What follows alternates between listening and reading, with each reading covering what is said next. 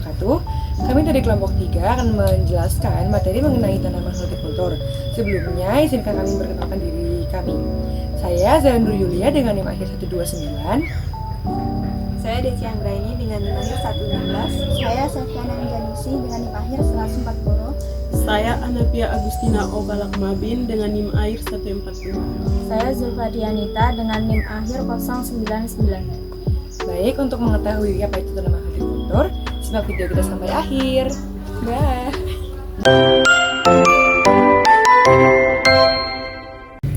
Nah teman-teman, kali ini kita lagi berada di kebun benih tanaman hortikultur yang tempatnya berada di Karanggenang. Oleh karena itu, kali ini saya akan menjelaskan kepada kalian apa itu pengertian dari hortikultur. Tahukah kalian apa itu hortikultur? Tidak. Baik, saya akan menjelaskan. Jadi hortikultur ini berasal dari bahasa Yunani, yaitu hortus dan kultur. Hortus yang berarti kebun dan kultur atau kolere yang berarti budidaya. Jadi makna hortikultur ini secara keseluruhan adalah budidaya tanaman kebun. Nah, pada kebun yang ada di Karanggenang ini itu memiliki banyak jenis tanaman seperti tanaman rambutan, ada jambu air, jambu biji, ada terong, ada cabai, dan lain-lainnya. Nah, tanaman hortikultur ini juga bisa dibudidaya bukan hanya di kebun, seperti pada lahan di rumah. Kalau misalnya punya lahan tanah, itu bisa dibudidayakan menjadi tanaman hortikultur. Tanaman hortikultur ini juga memiliki banyak manfaat ya, sepertinya untuk memenuhi kebutuhan sehari-hari, kebutuhan pangan kalian. Nah, tanaman hortikultur ini juga termasuk tanaman yang mudah diproduksi. Nah, budidaya tanaman hortikultur ini juga biasanya diproduksi dalam skala besar untuk memenuhi kebutuhan pangan konsumen. Karena mungkin dalam kebun ini kan memiliki banyak tanaman ini untuk diproduksi dalam jangka besar, juga untuk dikirimkan ke produsen-produsen penjualan tanaman gitu kan. Nah, jadi kali ini kita akan belajar materi jenis tanaman hortikultur. Jenis tanaman hortikultur itu terbagi menjadi 4 jenis. Yang pertama ada tanaman sayuran atau disebut dengan olerikultur. Jadi sayuran adalah salah satu jenis tumbuhan yang dibudidayakan dengan metode pertanian modern hortikultur. Contohnya pada tanaman terong. Nah, mari kita teman-teman kita lihat yang kedua ada tanaman buah atau disebut dengan frutikultur. Beberapa jenis buah-buahan biasanya juga berbuah pada musim-musim tertentu saja. Contohnya pada jambu air. Mari kita lihat teman-teman. Nah, jambu air ini berbuah dalam 2 kali dalam setahun. Yang kedua itu contohnya ada buah naga. Mari teman-teman kita lihat tanaman buah naga.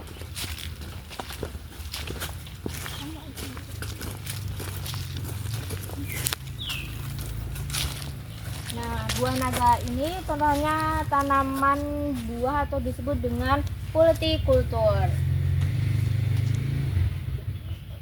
Tanaman buah naga ini berbuah tahunan ya tanamannya. Nah, yang jenis ketiga tanaman hortikultura itu ada tanaman bunga atau yang disebut dengan florikultura.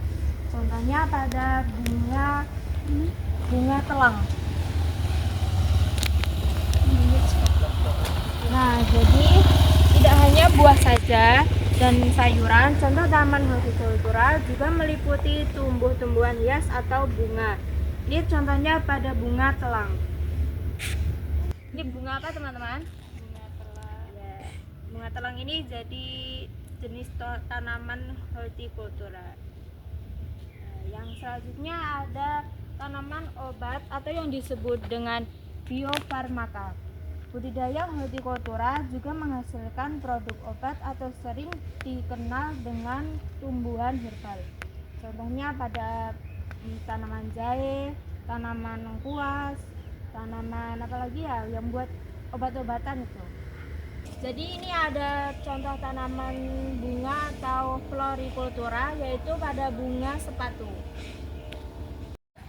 Jadi ada contoh jenis tanaman sayuran atau olirekultur itu pada tanaman cabai. Ini tanaman cabai. Cabai merupakan tanaman yang dapat dibudidayakan di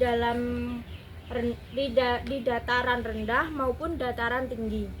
Cabai dapat dipanen setelah 120 hari setelah tanam, dan proses panennya dapat dilakukan sampai umur tanaman lebih dari 1 tahun. Selanjutnya itu adalah ciri-ciri tanaman hortikultura. Yang pertama, dulu tanaman hortikultura sendiri biasanya ditanam pada lahan yang sangat luas. Contohnya pada kebun benih ini sendiri, sepertinya luas lahan ini lebih dari 1 hektar. Yang kedua itu, selain itu juga dapat ditanam di daerah tertentu. Untuk kebun benih ini sendiri, ini ditanam pada daerah dataran tinggi. Selanjutnya itu masa panennya juga bersifat musim. Contoh yang pertama itu ada pohon rambutan. Pohon rambutan itu biasanya terjadi panennya itu pada bulan November hingga Februari, atau juga pada saat pergantian musim. Pohon rambutan juga merupakan buah musiman yang berbuah untuk setahun sekali. Yang kedua itu ada durian. Durian biasanya dipanen dalam 2 tahun sekali. Untuk masa panennya sendiri itu dari bulan Desember hingga Januari dan pada bulan Agustus. Yang selanjutnya itu hasil panen tanaman hortikultura itu tidak tahan lama karena ia cepat membusuk atau terjadi kerusakan. Yang selanjutnya itu mengandung nilai estetika. Contohnya sendiri untuk yang jenis tanaman hias seperti tanaman bunga sepatu dan tanaman bunga telang. Yang selanjutnya itu kualitas dari tanaman hortikultura dapat dilihat dari kondisinya, seperti sayur yang masih segar atau buah yang masih segar. Untuk harga dari tanaman hortikultura itu semakin baik buahnya, semakin baik pula harganya. Selanjutnya itu ada tips budidaya tanaman hortikultura. Adanya beberapa hal yang perlu diperhatikan dalam penanaman hortikultura. Yang pertama itu ada pemilihan media tanam. Jadi kita harus memilih tanah yang luas untuk menghasilkan tanaman yang banyak dan baik. Yang kedua itu kita harus melakukan pemilihan bibit. Semakin baik bibitnya, semakin baik pula tanaman atau hasil yang akan kita dapat. Yang ketiga itu melakukan siraman atau penyiraman secara rutin. Pahami aturan penyiraman tanaman karena tidak semua tumbuhan memerlukan penyiraman dengan kadar yang sama. Jadi satu tumbuhan dengan tumbuhan lainnya itu memiliki penyiraman yang berbeda. Ada yang setiap hari harus disiram, ada yang 2 hari sekali. Untuk selanjutnya itu memberikan pupuk organik untuk mengoptimalkan pertumbuhan komoditas hortikultura. Jadi dengan adanya pemberian pupuk maka tumbuhan tersebut akan menjadi subur. Selanjutnya itu melakukan pemangkasan apabila terdapat bagian tumbuhan yang mati, sehingga tidak menjalar semakin luas. Karena ketika tidak dilakukan pemangkasan, maka akan dapat terjadinya perluasan tumbuhan yang mati. Selanjutnya yang keenam itu memantau tumbuhan secara berkala agar apabila terjadi hama dan penyakit bisa segera diatasi dengan pemberian pupuk atau obat. Yang terakhir itu melakukan panen sesuai waktu untuk mendapatkan hasil yang terbaik. Selanjutnya ada manfaat dari tanaman hortikultur. Yang pertama itu dapat kita rasakan ya, yang seperti sumber makanan atau sumber pangan seperti cabai, tomat, buah-buahan seperti terong, buah naga, ya seperti itu. Nah itu menyediakan nutrisi bagi kita seperti vitamin, mineral, dan serat.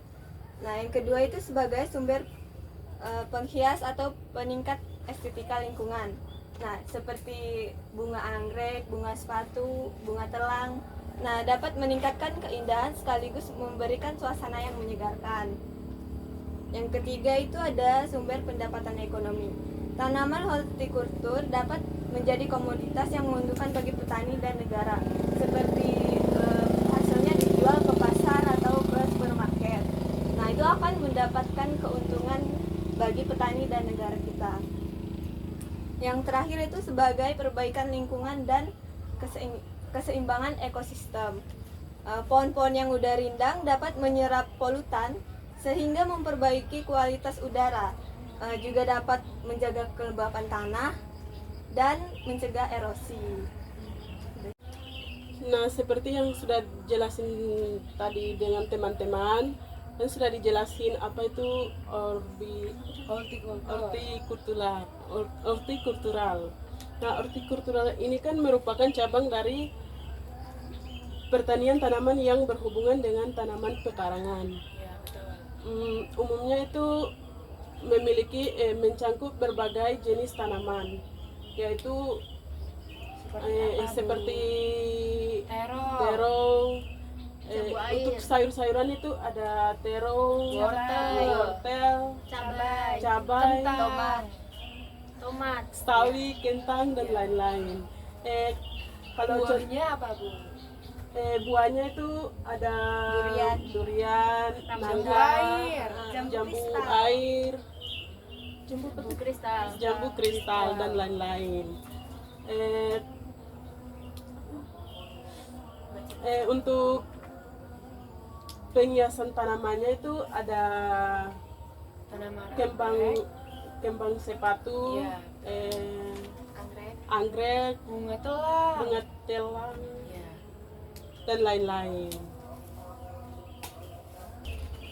Baik semuanya, kiranya itu saja video yang dapat kami tampilkan. Semoga kalian dapat memahami apa itu pengertian dari hortikultur dan memahami jenis-jenisnya, manfaatnya, dan fungsinya. Terima kasih. Wassalamualaikum warahmatullahi wabarakatuh.